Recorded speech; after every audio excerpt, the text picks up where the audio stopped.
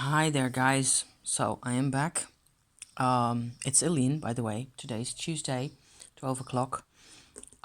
Tuesday, the 7th of July. Um, I finally decided after a couple of days of really hard work in other respects, I decided to take the day off, kind of a thing. From that, so I've been at the computer for a couple of days. I've got things to show you, and to share also about that. So part of it was the progressions work that I did, which involved staring at the computer screen for a couple of hours on end. So today I decided to, not do that because my neck and my shoulders were giving me a hard time, and I decided to finally go and do what I call the dark self spread. So this is another one in the series of the darker card meanings kind of a spread kind of attempts that I've been doing over the past 2 months or so. And I started off a while ago with analyzing, along with Jennifer Pearson, how, because of actually the spreads that she shared with us on her channel, I'll put a link in the description for you to look at if you're interested, how she does a deck interview, so how you can determine whether a particular deck is has a personality, if you like, that suits darker questioning, as in shadow work, and questioning motives, calling people out, maybe, if that's what you want to call it. I look at this strongly from a self-compassion type of a perspective, because I think that we are fundamentally good people, all of us, and that if there's hidden stuff going on that's messing you up, that makes you behave in a weird way, so to speak, just a very shortcut there, it's because there's unprocessed pain. So always. So that's just my take on that. It's not trying to absolve us of any responsibility. On the contrary, the toughest responsibility that we can have in many cases is to actually feel what we need to feel. So that's where this all comes from, right? It's an attempt at taking away the shame, taking away the masks and the pretense and all that, which it keeps me from allowing, from allowing vulnerability, from keeps me from knowing my own sensitivities and things. But I have to be like 100% on my own team in order to do that. I want to be responsible in a way that makes sense to me, and that includes mapping out in all sorts of ways, all sorts of weird things that happened to me that were really weird that I cannot ignore. I cannot put that to the side and just go and pretend everything's fine and dandy, right? So this is the spread, the actual thing that you've been looking at for the past 3.5 minutes. It has 5 rows of 3 cards each, and I was kind of struck and kind of interested at how this has manifested. What I tend to do is I do the actual card pulling in my Marseille mini version deck here. Particularly nice to be having a smallish deck for a larger spread like this. And then I look up the Ghost Tarot that I made, cards for each respective Marseille card. So the Ghost Tarot card is going to tell me a bit more about a kind of a, the cold wind in the neck type of a side to a card. I find that really helpful. There would be other decks that you could use in a similar manner. It depends what you're looking for, right? So the first row is actually about unprocessed pain, simply. And it says in my notes here, the unprocessed pain that I am marginally aware of, the pain that I am subconsciously aware of, and the pain that I am unaware of. So on purpose, I designed this spread to kind of open up areas of myself that I have no clue about. And that's uncomfortable, as always. So I have no real idea what this Empress means, other than I just have to go with it, right? There's sides to my life that I'm interested in, that influence me, right? They influence what I'm doing and saying and thinking the whole time. But I am only marginally aware of them, or even only, subliminally aware. So instead of subconsciously, I should have said subliminally here. Marginally, subliminally, and unaware. So then for each of those three, you get like a thread going down like that, where this row here of cards is about how these lead to particular behaviors. So the thing that I'm marginally aware of as to being independent, I guess, being an individual, being a thinking and feeling part of the energies in this world, something like that.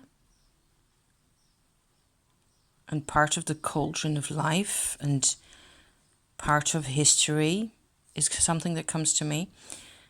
A behavior that comes out of that is this one. And the Ten of Cups in most decks will be a very happy, cheerful kind of a card, right? With family and people around supporting each other. And several generations and things like that. In this case, what the influence to my behavior then is, I wrote down compulsive behavior in particular, is this. In the Ghost Tarot, it looks like this, which I think is awesome. It's one of the couple of cards in this deck that are strikingly different and stunning and beautiful, I think, also, and scary and weird, which is great fun.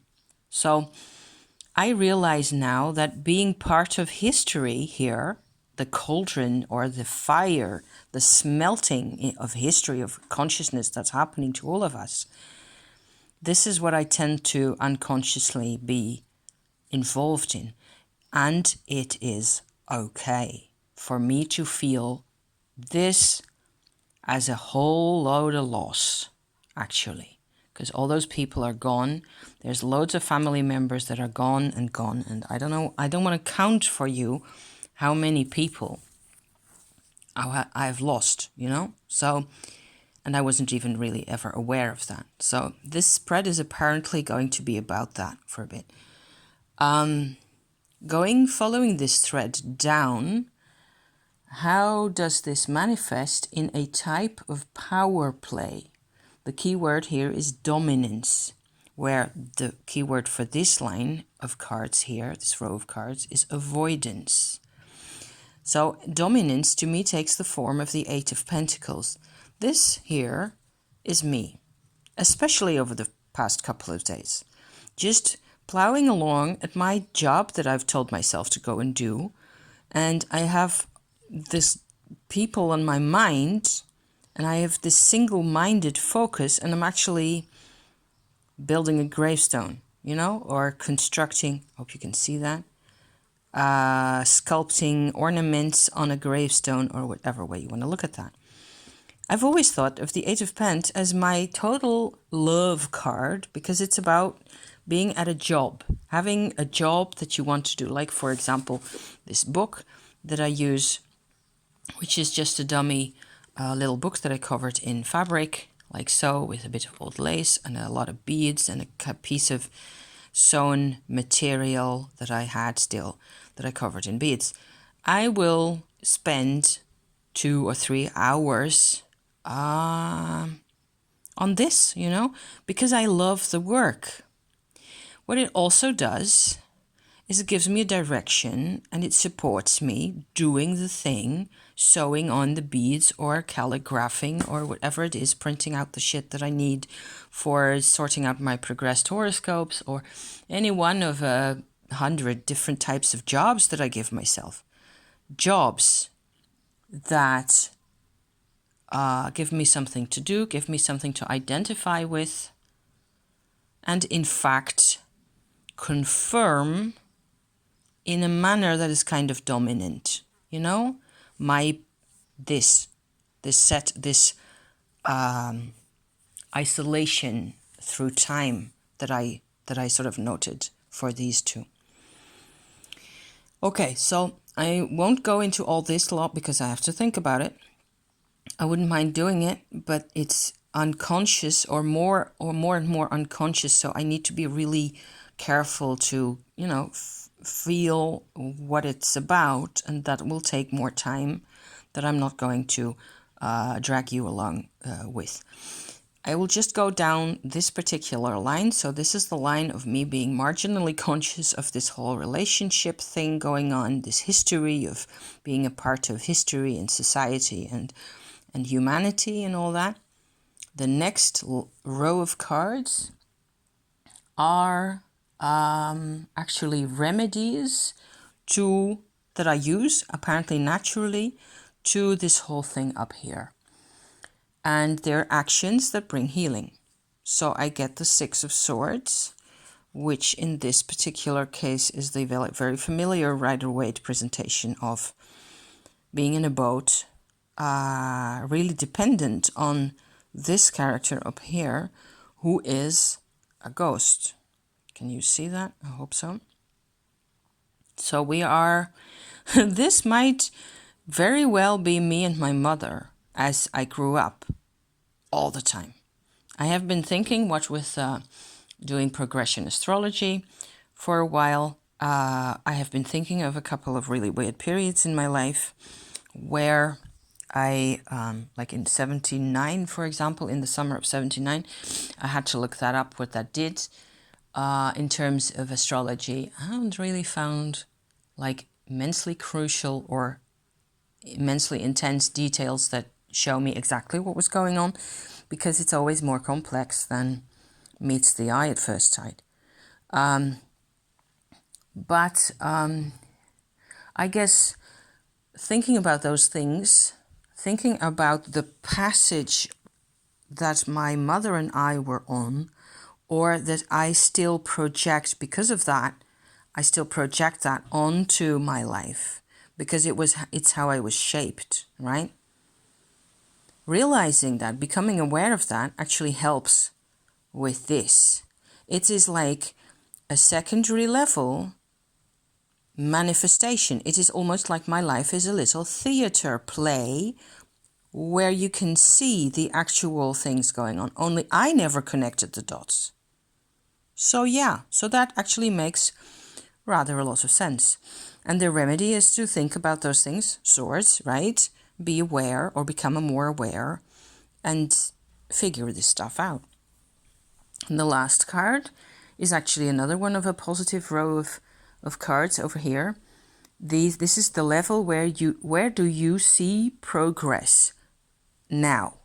So I thought that was kind of cool to proceed from this area where you are uncovering and unhinging and unblocking and whatever it is that you're doing, you know, and to move through a layer of remedies that you're using apparently or maybe purposefully towards a layer where you can actually tell yourself or ask yourself which are the parts that are already better now, where you are less unaware, less whatever it was that was bugging you back in the days. So I am really pleased, apart from everything else over here, which is Queen of Pentacles and the Emperor, no, don't mind those two, is that I get the Nine of Swords at the end here for the deepest part of my excavation, if you want to call it that. My archaeological, research. It's like layers in archaeology in an archaeological dig, where you go back in time. It's also one way of looking at it. Okay, so the Nine of Swords was my stalker card. Always. Like back in the day when I was 17 years old and I had a tarot deck that made no sense to me in any other way, the card it threw up time and time and time again, like 2 out of 3 times that I used the deck at all, what came out was the Nine of Swords. In this particular instance, what we actually have is progress. So this is progress. I am dealing, I suppose. I suppose I'm actually really dealing, which is not bad at all. And in here, we have this person sitting in their bed with all the stuff flying at her, and there's a guy flying at her. And yeah, that was me right there. I was always, but I understand the people who are flying around my head a lot better. And they are those people, those people and those and here. So it ties in really well. The last and sort of separate single cards that I added onto this spread just for the heck of it is a first step forward card. And it is a King of Pentacles. Here he is in the ghost version. Come on, you can do it. See? What I like about him is that he's like a pendant of this Queen of Pentacles over here, which shows me to focus on progress, to definitely keep recording for myself in my journal or elsewhere what all this means and how this is working out. I actually feel so much more confident these days in a way that is very different from the brash and in your face type confidence that I maybe used to have, coupled with a whole lot of insecurity and a whole lot of nothing really, all that's basically changed and transmuted into because I did the work. So everything I'm doing is still doing the work. And there's a Ten of Swords in here as well, which has obviously to do with this Nine of Swords in here. And I'm just going to point this out for the heck of it, because it is at the 3rd level, and that is the dominance level. So there is I kind of recognize this. I don't recognize necessarily the Two of Pent very clearly, which would be like the intermediary level in terms of consciousness, right? But the Ten of Swords would definitely be like an opossum card, like a play dead type of a move, which is certainly a dominance aspect. If somebody is dominating me, this is what I do. If I don't see a way to interact with that person in a normal manner, I fall on my back and I play dead. Inside. Really inside. Even on the outside, I will probably cry and, try to talk to them and wriggle around in manners that aren't really all that becoming to me or to them. But inside, I do this. I pull the plug on my life. So this is also, it has to do with this guy here, who's this is the avoidance level of things where I just pretend I don't exist really, or I pretend I haven't ever learned anything, which is not true. I have learned plenty. So not so bad, I think. I leave it at this. It's almost 20 minutes in. Thank you so much for watching, you guys. I will be back later, at some point later this week, with probably another witchy check-in, because I've got stuff to show you. I've worked really hard on a bit of what looks like calligraphy or some such with gold paint and stuff. That's quite pretty. I will show you that and what it's for, and maybe we can, I can think about why I actually do that type of thing in the first place. So thank you for watching. Thank you again. And I'll be seeing you very soon. Okay? Take care now. Bye-bye.